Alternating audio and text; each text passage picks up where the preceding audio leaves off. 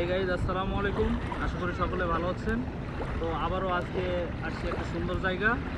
তো জায়গাটা আপনারা অনেক উপভোগ করবেন, আশা করি আপনাদের ভালো লাগবে। তো জায়গাটা দেখুন।